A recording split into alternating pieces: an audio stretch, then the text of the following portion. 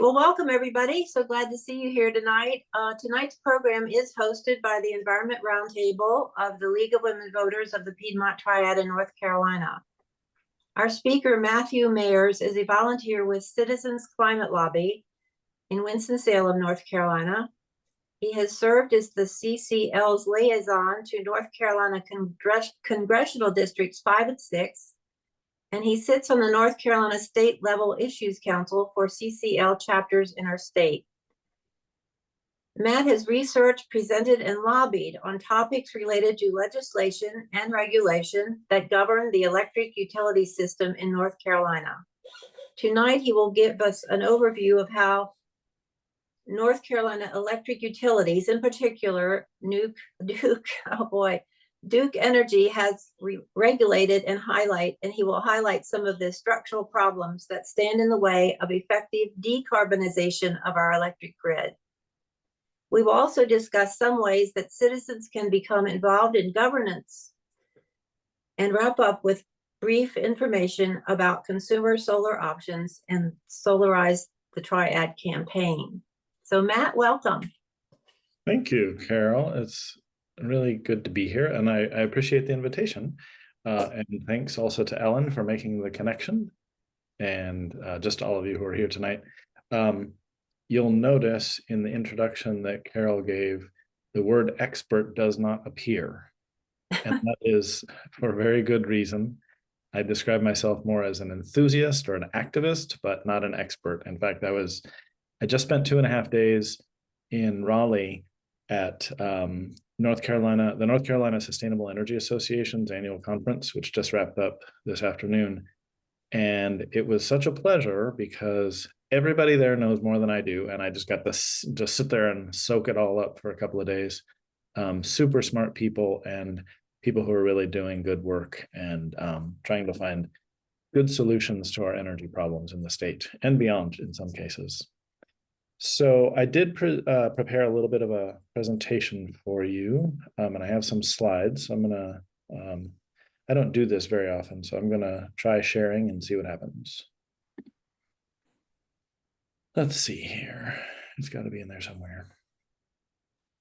Yeah, there we go. Okay, I think when I start my slideshow, I might not be able to see any of you very well. No, I can see you. Okay, that's good. And please feel free to stop me if anything needs clarification or if you have a question. Or if you want to wait till the end, I think there will be plenty of time at the end as well. This shouldn't take me a full hour to get through. I am with Citizens Climate Lobby. I'm in the Winston-Salem chapter, and Ellen can correct me if I'm wrong, she's our state coordinator, but I think there's somewhere in the realm of 12 or 13 chapters here in North Carolina. And so I am just sort of calling this presentation Engaging on the Politics and Policy of the Electric Grid. To back up just a little bit, Citizens Climate Lobby's national policy agenda is basically aimed at getting Congress to do the right thing on climate. We are a very sort of friendly group, I guess you would say. We're a nonpartisan grassroots organization, or we're organized by chapters around the country that attempt to correspond more or less to congressional districts, but that's very difficult in North Carolina for reasons that you're probably all fully aware of. That's why I've been the liaison to North Carolina District 5 and North Carolina District 6, back and forth a couple of times. I'm now going to be living in North Carolina District 10, and so on and so forth. But more specifically, the national policy agenda has kind of 4 big pillars. The biggest of the big is carbon pricing, which has been central to CCL's policy agenda for over 15 years. The basic idea being that if we put a price on carbon, everything in the economy will incentivize people to do things that are less polluting in terms of carbon.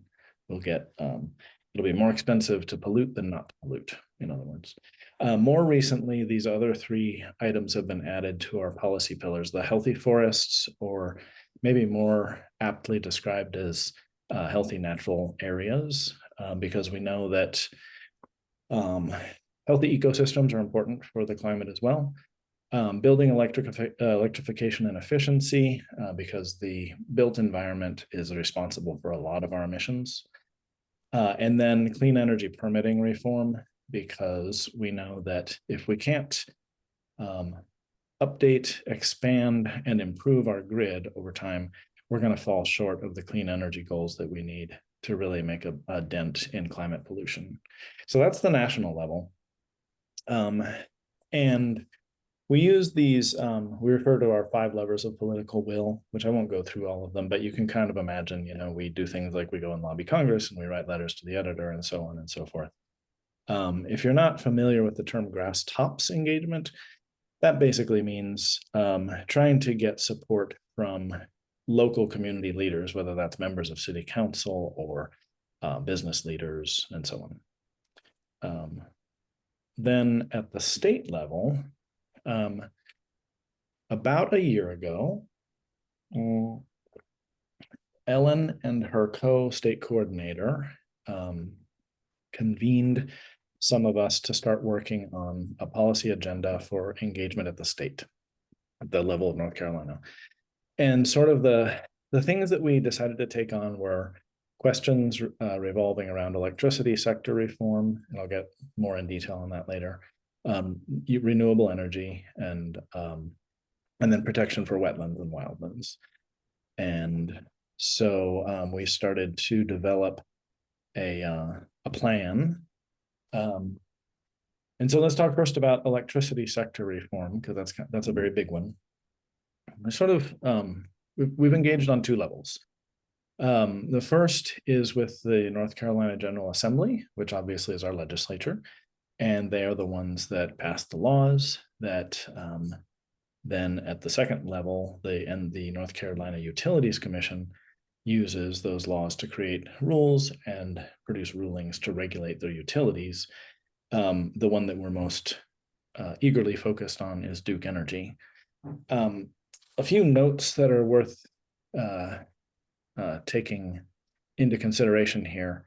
The General Assembly in Raleigh is not made up of full-time professional legislators. They are paid something like $13,000 a year, or maybe 14, but they're asked to do a lot. Most of them have only 1 staff member. Sometimes that's a spouse, and that staff member is asked to be, receptionist, administrative support, researcher, scheduler, and policy expert, all of those things. And so you can imagine that a lot of our state representatives, they need help in order to be able to keep track of policy issues and bills and so on and so forth. Even I was recently speaking with a professional lobbyist, and he was saying he uses 2 giant whiteboards in his office just to keep track of the bills in any given session of the legislature, and only on conservation issues. So imagine, our legislators trying to keep up with everything. And then also most of them are in relatively safe districts. So trying to lean on them policy-wise by claiming that they're going to gain or lose votes on certain issues is a challenge. The second point here, the Utilities Commission, that's a 7-member body that will soon drop down to 5 members. And again, they are asked to do way more than is reasonable for them to do. They're supposed to keep up with utility regulation, and they are under-resourced. I think everyone would agree to that statement, including probably Duke Energy. One of the upshots of that is that there is what some people refer to as an information asymmetry between them and the companies that they regulate. So it's really hard for them to know exactly what's going on with Duke Energy when they go through their proceedings to know, is there really compliance? Is Duke really telling them everything they need to know in terms of cost allocations and so on and so forth? So they hold public hearings on various issues from time to time. And so we have engaged on that level. It's not entirely clear that they take a lot or they place a lot of weight on public input, but we continue to think that it's valuable. Even if they don't directly take our input, it becomes part of the record, and it becomes part of something that can also be taken to the legislature. If we say, look, 500 people turned out to the Utilities Commission to say they don't want natural gas plants anymore, and they still did it. So it's kind of a point of leverage, and it's a way for people to engage. So some background on Duke Energy and other utilities like Duke Energy, some the characteristics that are important to know about Duke. Duke is a monopoly utility, meaning that in their service area, they are the only ones who are allowed to sell electricity to us. You probably already all knew that. They're also vertically integrated, meaning that they own all of the parts of the system, everything from the power plant, the transmission lines, the distribution lines within cities and so forth, all the way down to the customer relationship. Nobody else can sell us power if we live in Duke's service area. So yeah, they control it all. And in the case of Duke Energy, they also happen to own Piedmont Natural Gas, which you can imagine creates what at least looks like some conflicts of interest from time to time. They're an investor-owned utility, which means they have to make a profit. And in fact, our regulatory scheme ensures that they will make a profit. We'll talk about that a little bit later. They make money by building big, expensive things. The reason that is because that profit that they are guaranteed is based on their investments in physical assets. So they get a 10% return guaranteed by the Utility Commission, approximately 10%, for what they spend on power lines, power plants, and so forth. They do not get that return on the cost of labor or the cost of fuel or any of that. If natural gas prices go up, they get to charge us more, but not extra profit on that. If natural gas prices go down, on the other hand, they actually have to charge us less.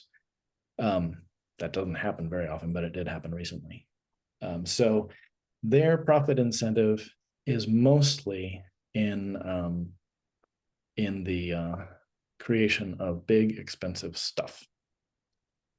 And you'll want to note that they are, of course, politically powerful. They have a lot of friends in the General Assembly, and they mostly get their way. I should also say, though, there are a lot of people who I meet with regularly who just, they seem to despise Duke Energy and they really demonize them. I can understand that sentiment, but I'm not really all that interested in demonizing Duke Energy. They are behaving more or less according to the incentives that are built into the system in which they operate. And if we really think that we want change, we need to change those incentives and those rules and not expect that for-profit corporations are going to go around just deciding out of the goodness of their heart to do nice things for us. That doesn't work really in any context for very long. So we kind of apply the general citizens climate lobby approach, which is you show up consistently, you say what you're thankful for, and you mean it, like you find things that you're actually thankful for, and then you propose solutions to problems that you hope can work for everyone. Okay, so the more on this whole business of Duke's income and profit. They have these proceedings of the Utilities Commission called, that they refer to as rate cases.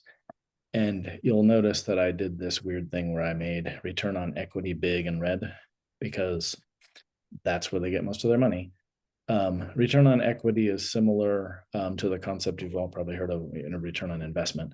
In this case, it's a return on how much of an asset Duke owns. Most of what they do through at least partial debt financing.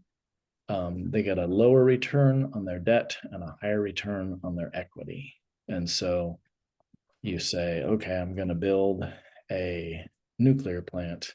It's going to last for 50 years and it's going to cost $2 billion. I need to recuperate all that cost plus an annual rate of about 10%. And so, that's their return on equity. There are some aspects of performance for which they can earn a little bit extra money or actually lose a little bit of money if they don't live up to the performance expectations. And then there are some cost recovery mechanisms that are being kind of explored on energy efficiency programming. Those two are in a much smaller font because they are much smaller in terms of what Duke cares about, because they're much smaller dollar amounts.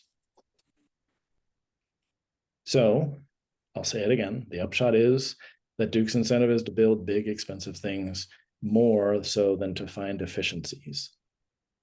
You can imagine, right, that if you have a choice between building a new transmission line, which is a huge, expensive project, or using some of the newer technologies that are collectively referred to as grid enhancing technologies, or GETs. Some of these are very inexpensive ways of getting more performance out of your transmission lines. Their incentive is to want to do the expensive thing. And that's not good for us.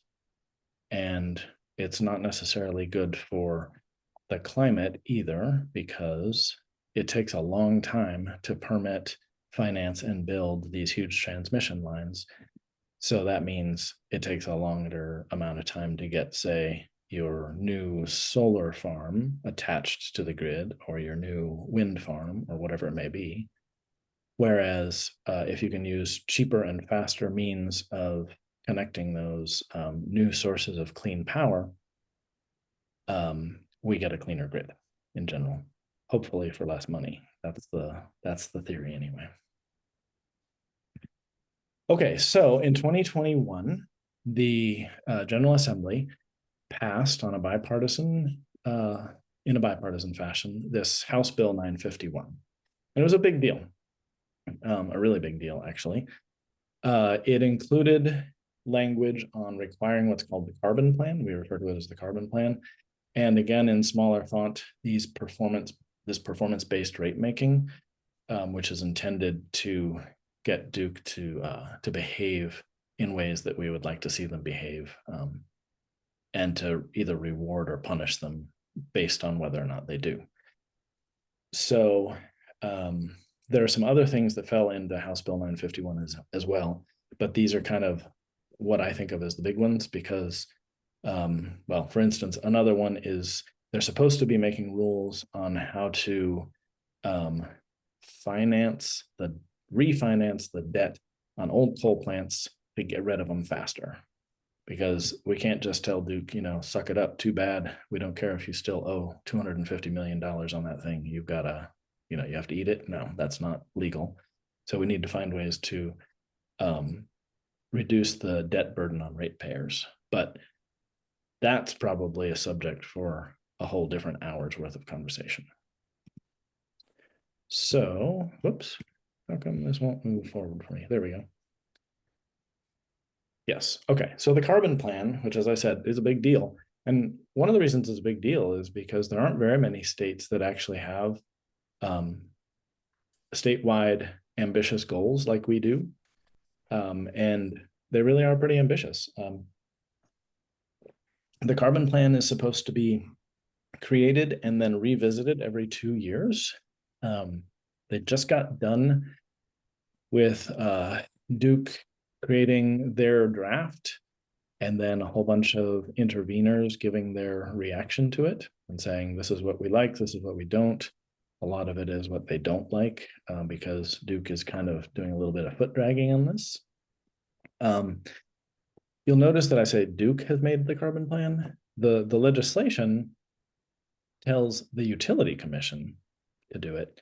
But the Utilities Commission, as I mentioned before, is not very well resourced. And so what they do is they issue an order that says, Duke, okay, you go, you make up a draft, and we'll look at it and see what we think. And we'll let other people comment on it and submit testimony. So we just closed down one cycle of that draft and testimony, and the Utilities Commission will issue their order, their ruling on it, so to speak, at the end of the year. I keep using language that sounds a little judicial, their rulings and their orders and all that, because actually the Utilities Commission is a semi-judicial body, even though the people sitting on the council are not legal scholars, they're not judges or anything like that. Their proceedings are sworn testimony. If you give a public comment, it's not so much a public comment as it is your testimony. And then if there are appeals, they enter the judicial system in the state directly. Okay, so the goals of the carbon plan, the interim goal is to reduce by 2030, 70%, be 70% decarbonized. And if you jump down to the bottom bullet point, the baseline is our 2005 emissions level, which is considered to be the peak in our state. So that's pretty ambitious. That's only six-ish years away. And then by 2050, we're supposed to be at a net zero level. Did I hear somebody trying to say something or have a question or comment? No? Okay. So, it's a big deal. If we can actually be at that 70% level by 2030 and net zero by 2050, we'll be doing fairly well based on, at least on the targets set by the Paris Agreement of 2015, which was the big international agreement that all the countries of the world signed on to say, yes, we're going to try to keep global warming to a reasonable level. We don't have to go into all the details of that unless you want to later. Then Duke's carbon plan does indeed include pretty significant increases in wind and solar capacity, which is nice. You probably, or you may have heard that not too long ago, there were lease sales of offshore areas for wind capacity in North Carolina. So we're looking at, over the course of the next maybe 15-ish years, getting quite a lot of new wind capacity in the state. Solar is doing pretty well down east, but it also includes this continued build out of fossil gas. That is natural gas plants for generating electricity. And you notice I use the word fossil gas. I'm kind of annoyed by the fact that we've all capitulated to calling it natural gas. It sort of makes it sound, all nice and fresh and clean and marvelous. And in fact, it's a fossil fuel and it emits bad stuff. Duke will probably miss their 2030 goal by 5 to 7 years. And they admit it, they're not really even claiming to try to hit the 2030 target. So there are some of us who think that they are not going to be in compliance with the statute. And I'm not exactly sure what that means. I have not heard any rumblings that the Attorney General would go after them for that or anything. But there are quite a few people who are rather annoyed by that. And the reason that I say 5 to 7, I think Duke is claiming 5, but some people are saying it's really more like 7, because one of the little shenanigans they're pulling is that they want to build a gas plant in South Carolina, have it in South Carolina, where, by the way, they don't have a carbon plan requirement, have that gas plant serve the electricity needs of North Carolina customers, but yet not count the emissions against their North Carolina requirements. So that's kind of shoddy accounting. I think most people would agree. And so when you factor that in, it kind of adds a couple more years to their compliance with the 2030 interim goal. And then the other thing about Duke's carbon plan is a lot of people will tell you that it makes several questionable assumptions, and questionable might be a charitable word there, actually. One of them is that they take the costs of doing solar and wind powered plants, and they just add 20% to those costs right on top without any real attempt at justification beyond saying, we think it's going to be hard, so we're adding 20%. It's not really reflective of market data. Another questionable assumption that they make is they claim that their gas plants will be able to run on green hydrogen as a fuel in time to meet the goals. But there is currently no supply of clean hydrogen. There is no distribution network of clean hydrogen. And Duke can't really tell us how much it would cost, or even if it's really possible to retrofit those plants to burn hydrogen. So it's, people are working on it. There's definitely a lot of investment going towards clean hydrogen, but we just don't know what's going to happen.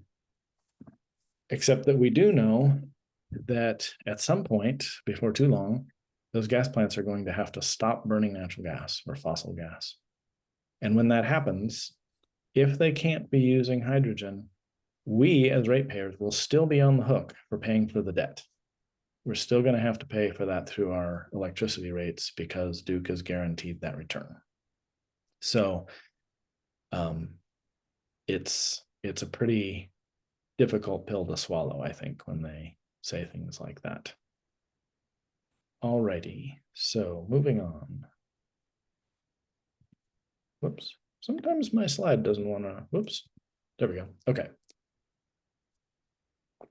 So how CCL has engaged on this topic? Well, we have trained our members and some people from other organizations as well to make the public testimony to the NC Utilities Commission. And they generally have an online opportunity for that, or you can be in person. And then also they accept written comments, which are not considered sworn testimony. They go into a different kind of a record, but they are kept.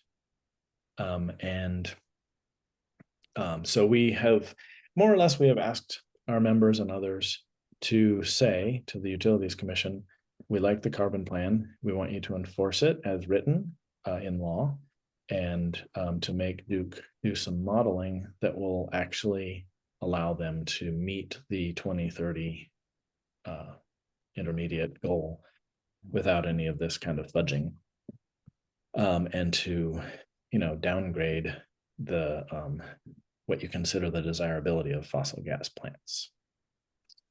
And then we also, for the first time this year, held a lobby day at the General Assembly in Raleigh back in May. And a big shout out to Ellen, who was probably had the most hours of any of us put in on scheduling and wrangling us and herding the cats. We got, I think, somewhere between 30 and 40 members in town in Raleigh, and had about that many meetings with legislators. And it went really well, especially considering it was our first time in Raleigh and that we had no paid staff support. This was all a volunteer-led effort, which is harder than it sounds. And then we also partner with other groups. It's conceivable, I think, that the League of Women Voters might be a great partnership for us to explore. It seems to me like our general ethos is similar in that we're not the kinds of activists that go throw soup on the Mona Lisa. We're the kinds of activists that, engage as adults. Although I'm not gonna, I won't complain too much about the soup throwers, because recently a study suggesting that when people go and do kind of crazy things like that, it makes the rest of us seem more reasonable and we get better engagement from our policymakers. So if that's true, more power to them, I guess. We also set up this resource page for people who are interested in making comments to the Utilities Commission. And I'll leave this here for a second. That QR code, if you want to scan it with your phone, will take you to a Google document that has a bunch of resources on it. And some of the dates that you'll see there are past, because the comment period for the carbon, or the testimony period for the carbon plan is passed.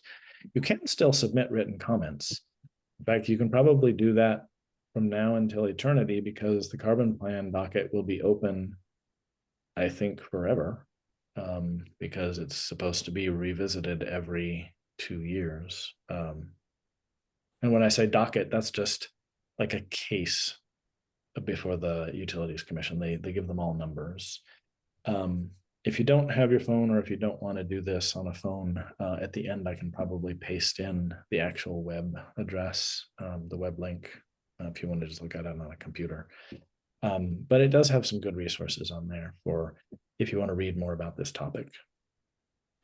I'll also say, just today, I was listening to the Volts podcast. I don't know if any of you are familiar with that podcast, but it deals with energy issues. And the topic was performance-based rate making for utilities. So that was kind of interesting. I like that podcast quite a lot. It's called Volts with a V, like, you know, watts and volts and kilowatts and all that. And then as far as lobbying at the General Assembly, we had 3 things that we were asking for back in May. One was to restore wetlands protections in our state, because the General Assembly did strip our wetlands of significant protections, kind of in response to a Supreme Court decision that had happened several months previous to that.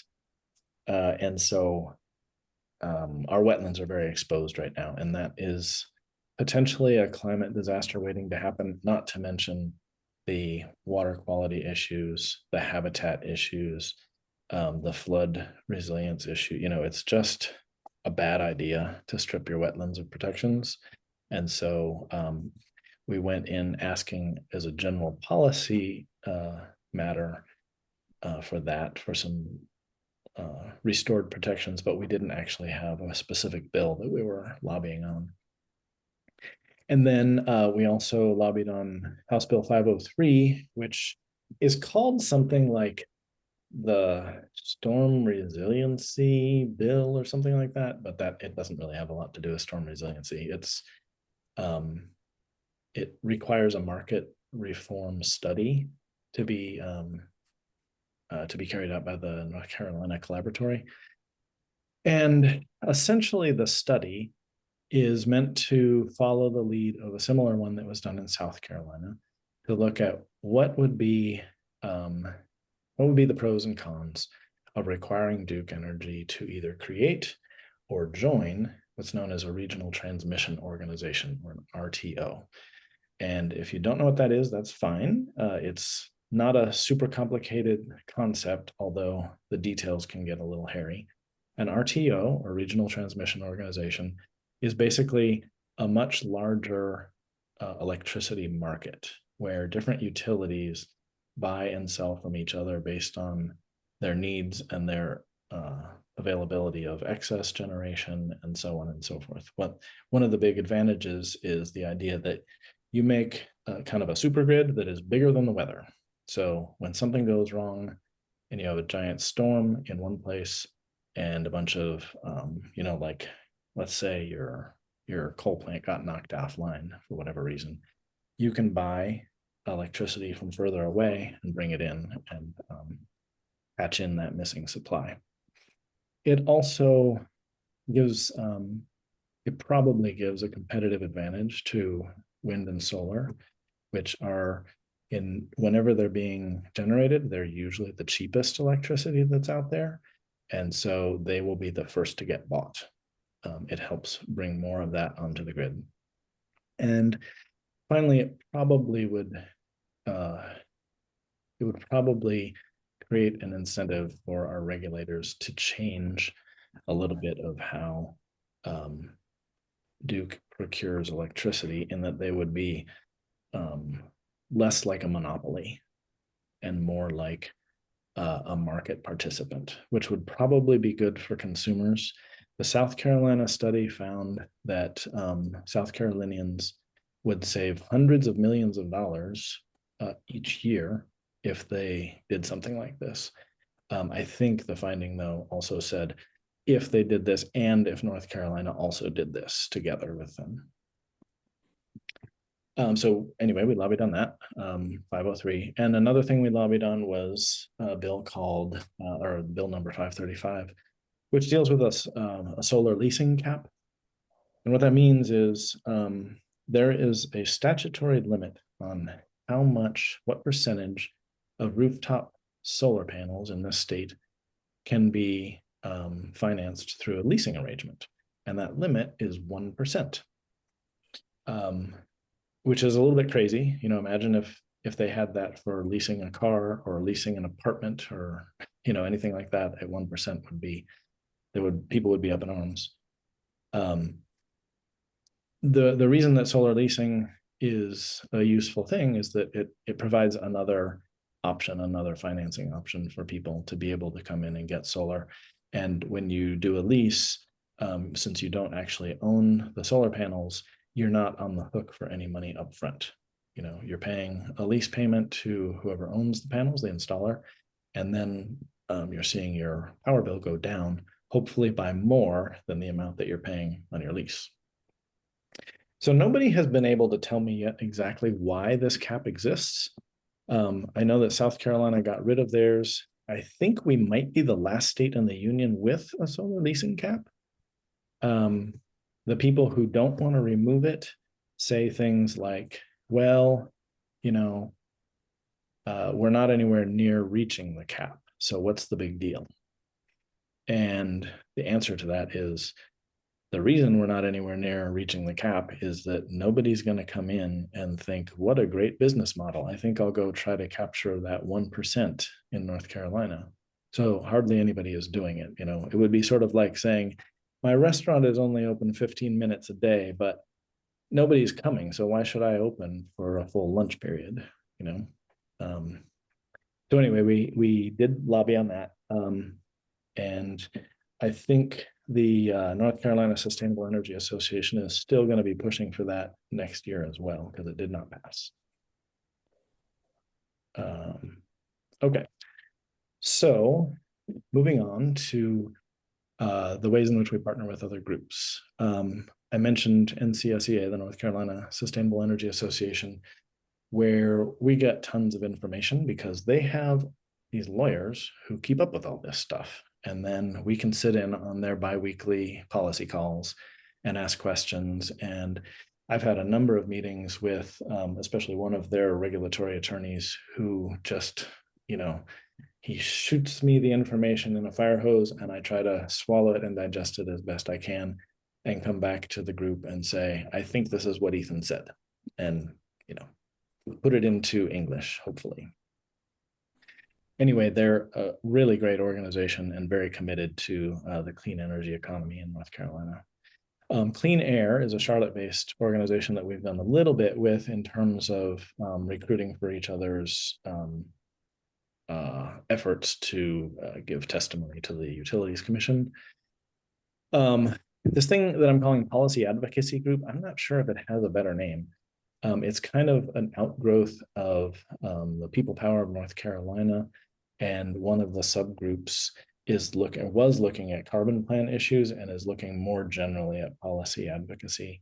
And I go to those meetings as often as I can and kind of report back when something is interesting. I report back to our Citizens Climate Lobby people. And that's a group that if any of you are interested in, I'd be happy to put you in touch with the leaders so that you can get invited to, you know, listen in and contribute as you wish. And then there's a similar group that we're calling the North Carolina IRA, or Inflation Reduction Act Implementation Group, which created a great website called Energy Funds for All, which helps people navigate what kinds of financial incentives there are through the Inflation Reduction Act based on whether you're an individual or a landlord or a church or a for-profit business or whatever. They have kind of a whole bunch of information and follow-on leads and links. And the latest thing that we've been talking about there is that some of the home rebate programs for low and moderate income families or households will be rolling out in North Carolina soon. And we want to train a cohort of navigators to help people figure out how they can take advantage of that, to do things like, get a new heat pump either for free or at a very reduced price so that they can start saving on their electricity bill and stop burning either, heating oil or fossil gas in their homes. And then finally, the Solarize the Triad campaign, which we are helping as part of the coalition for that. I've been quite involved, and Ellen has stepped up on a few occasions as well to help us get the word out and to communicate with people at different events. And so the Solarize the Triad campaign is modeled after some other Solarize campaigns that have happened both in the state and in other parts of the country and even beyond. The idea is you define a geography and a time frame, in this case, obviously the Triad, and you bring together a coalition, usually of nonprofits and sometimes local governments and so forth, and you go find a really good solar installer that has great warranties and a great product, and who agrees to set up a pricing scheme such that the more people that you bring to them to get solar panels for their homes, the better the prices become. So in this case, we chose Renew Energy Solutions, and they set up 8 pricing tiers so that the prices would go down. Again, the more people signed up, and I believe that we are now in the 6th out of 8 tiers. So we're doing really well. The prices are well below market prices because of this group purchase aspect of it. And then the other thing that I think is really important about these campaigns is that you do this rigorous vetting of contractors in advance so that people can enter into this knowing that they're probably not going to get scammed. There's a lot of scamming going on in the solar, or there has been anyway, a lot of fly-by-night companies that are around for a little while and go out of business, and then who's going to do your service? And they make big promises and all kinds of things that are kind of crazy. So we went for a company that's been around for a good long time and has a good track record of customer satisfaction and a good service program. There's also a lot of incentives just right at this moment in history, and I'll talk about that in a second. 2 things that we've incorporated into this particular Solarize campaign are, one is a workforce development program, which will provide training for free for people who want to become solar installers. So we're working with the Golar Community Development Corporation here in Winston-Salem, and also Forsyth Tech on that, and they are going to be executing the curricula for that. So we're pretty excited about that because we need a workforce in clean energy generally, but solar installing and electrician work specifically. And then finally, it includes this Share the Sun program, which is aimed at moderate and low and moderate income households to bring either free or greatly reduced price solar panels for rooftops for qualifying folks. And that will be as successful as we are successful in raising money. So we're working on that part. I'll tell you about the incentives a little bit right now. You probably already know that the Inflation Reduction Act, it reinstituted this 30% federal tax credit and extended it out to, I believe it's 2032. So we have a good runway for the solar industry to really help people. But in addition, Duke Energy has this Power Pair program right now, which is, it's in the pilot phase. But there's a lot of talk of how this is going to become, some version of this is going to be permanent. What it does is for customers, for residential customers who get both solar panels and battery storage at the same time, they get a huge incentive. It can go up to $9,000 is where it maxes out. And so for some people, that ends up, if you do max it out, it ends up being a little over 50% off of the total cost between that and the federal tax credit. So it's pretty big. And then of course, the baseline is this great pricing from Renew Energy Solutions based on the group buy. And one thing that not everybody is fully aware of yet is that under the provisions of the Inflation Reduction Act, nonprofits now can take the tax credit just as if they were an individual or a business. Well, not exactly like it. It's not that it comes off their taxes. It's that they get a refund, which is referred to as direct pay, as if they had overpaid on taxes, which they didn't have to pay in the first place. This is a big, big deal. It used to be that nonprofits would have to scrape and save and find donors and all kinds of things in order to be able to get to take advantage of solar power. And now they can get this 30% tax credit, if you want to call it that, as well. And then there are mechanisms for them to get bridge loans in order to be, if they can come up with the 70% of other needed funds. There's an emerging green bank here in North Carolina that will do a bridge loan to get them that extra 30%, so that while they're waiting for that direct pay, they're not short that money. There are additional incentives for nonprofits based on certain characteristics, like if they're in a low income census tract, if they are also serving low income residents in some way, if they're in what is classified as a brownfield, or if they're in an energy community, a whole bunch of ways that you can actually stack. And it can go all the way up to 70% of an incentive. I'm not aware of anyone who's gotten all of those credits stacked on top of each other, but there are a bunch of other possibilities as well. So 30% is kind of the minimum on that. So that's my shameless plug on Solarize the Triad. Since you all are here in the Triad, seems like it would be a useful thing for you to know. And if you're interested in reading more about that, or signing up for a free evaluation, or passing the information along to a friend, or whatever, again, there's this QR code, or you can go to that website, solarizethetriad.com, and read more about it. I'm not a solar installer, so please don't ask me too many questions about specific, kilowatt things and batteries and all that stuff. And I think with that, what time is it getting to be? I should stop. And if anyone has questions or comments or complaints or whatever, I'm here at your disposal for as long as you need me.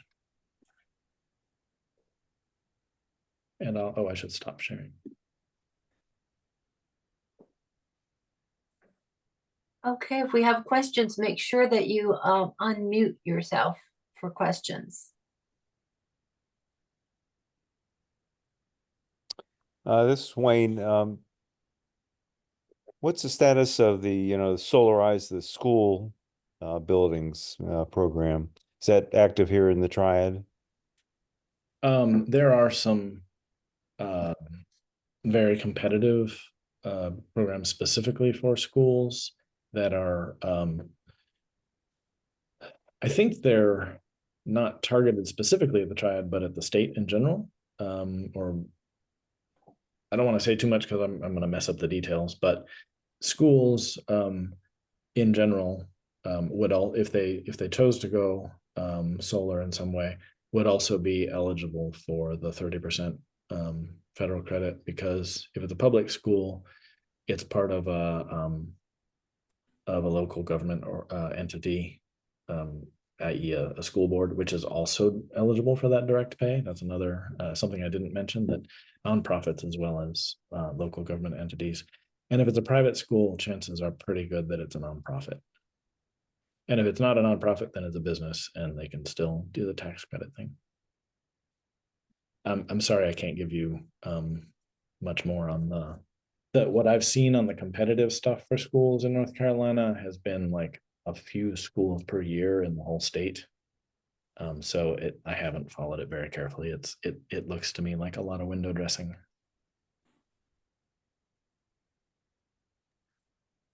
I have a question. Yeah.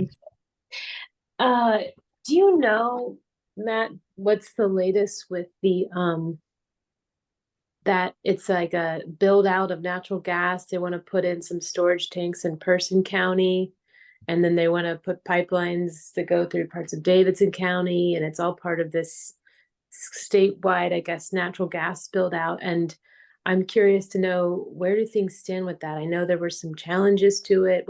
What's happening with that right now? Yeah, so this year Duke Energy proposed two gas fired power plants,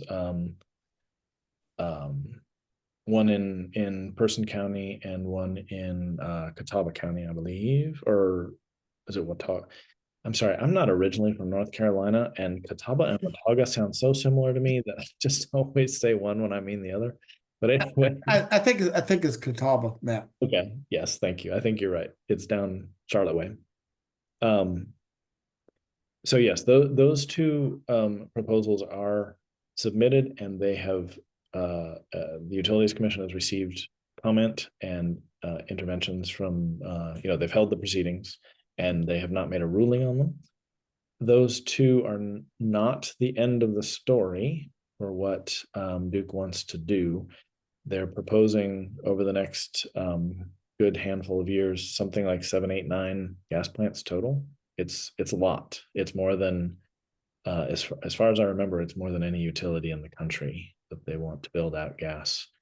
And with the pipelines, those are separate proceedings, but they're also at the Utilities Commission, and they do them little chunks at a time. So for instance, there's a section that's supposed to run through southeastern Forsyth County that there's been some opposition to. It's supposed to run through some sensitive areas and possibly some tribal lands. And yeah, it stirs up the hornet's nest for sure, because people are not that eager. Well, people other than the economic interests involved are not that eager to see more gas build out when we know that gas simply can't be our future. We need to, there's some that exists already that we're going to have to keep, but we really should not be building any new gas. There's not really a great economic case for it when you look at anything beyond the next 5 to 7 years.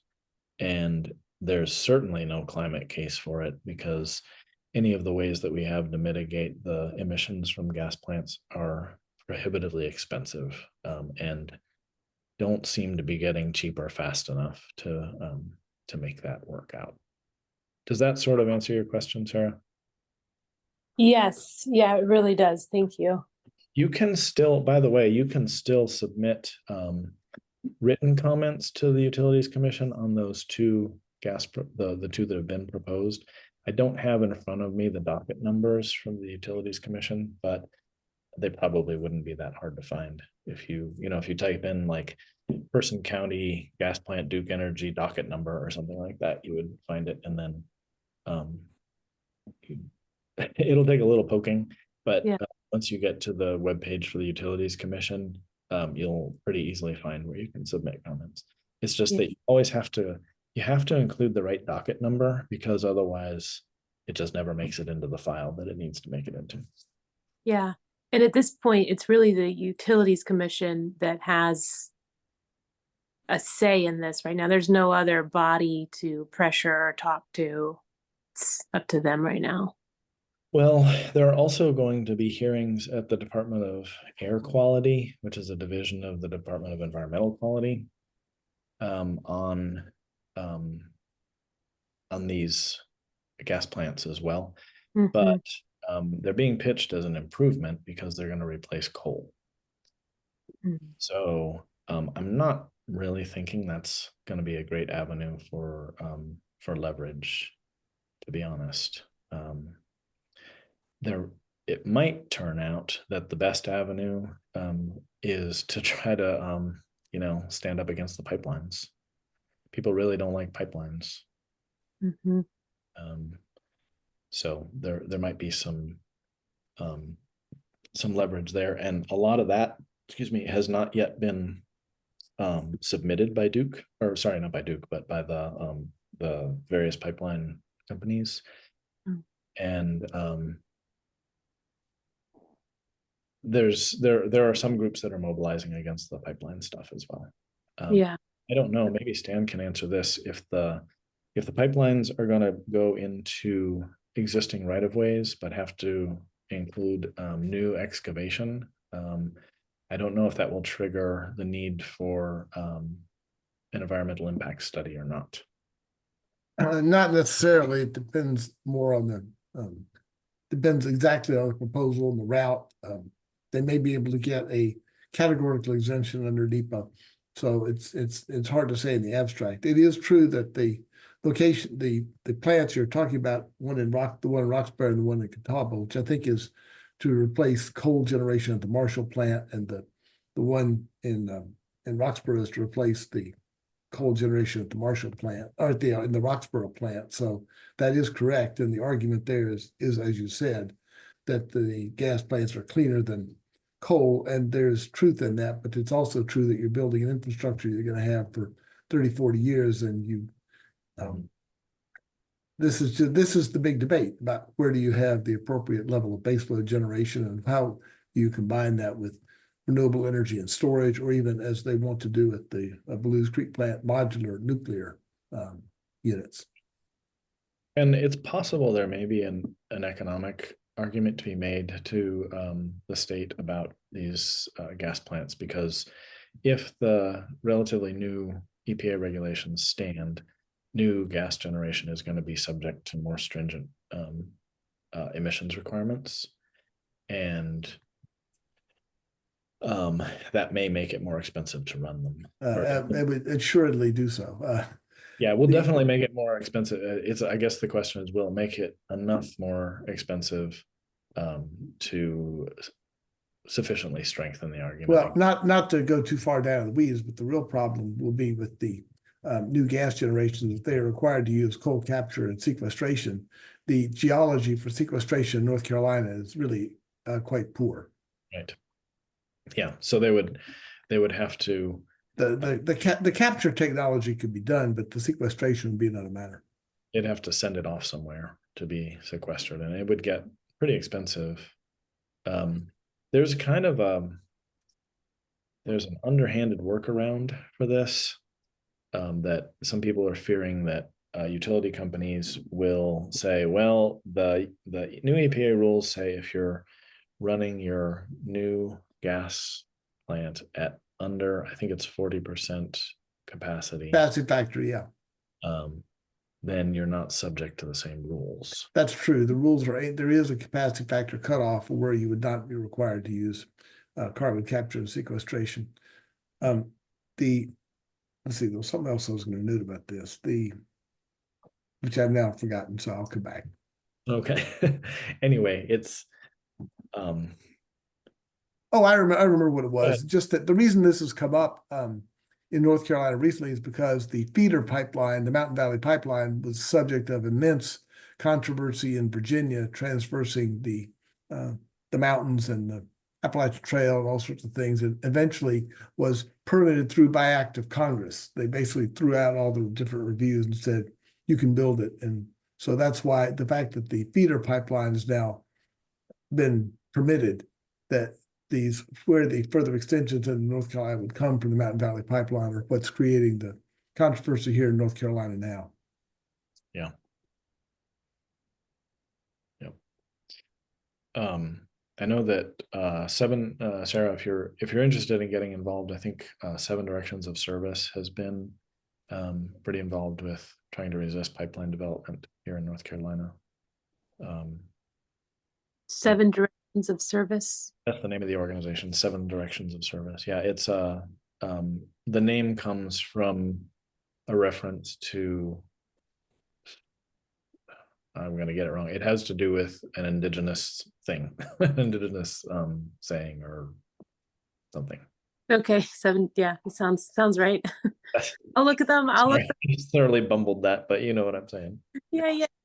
I'll look it up. That's helpful. I've been wanting to get more involved with that. It seems such a horrible idea for us right now, and I don't know. I'm feeling really upset about that. So I'll look them up. Can you say anything about why the Utility Commission's members are going to go from 7 to 5? That was a law passed recently by the legislature that when the two whose retirement is coming up, when they retire, that their terms will not be re-upped, and there's some possibility that what's going on is the legislature, as I'm sure you all know, is a supermajority of Republicans, and they have done almost everything they can think of to strip the governor of powers. And we already have a fairly weak governorship in North Carolina. And I think the idea is to give fewer seats to be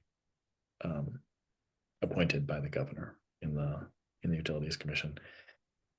The governor still will have the authority to appoint, I'm trying to remember the exact numbers, but it's split between the governor and the two houses of our legislature make appointments to the commission. I'm mostly worried that it's already a lot of work, and it's hard work, and it's really probably underappreciated work by most of us citizens. And now spreading that over 5 people instead of 7 is, I don't think, particularly a great idea. But we all have to choose our hill to die on, right?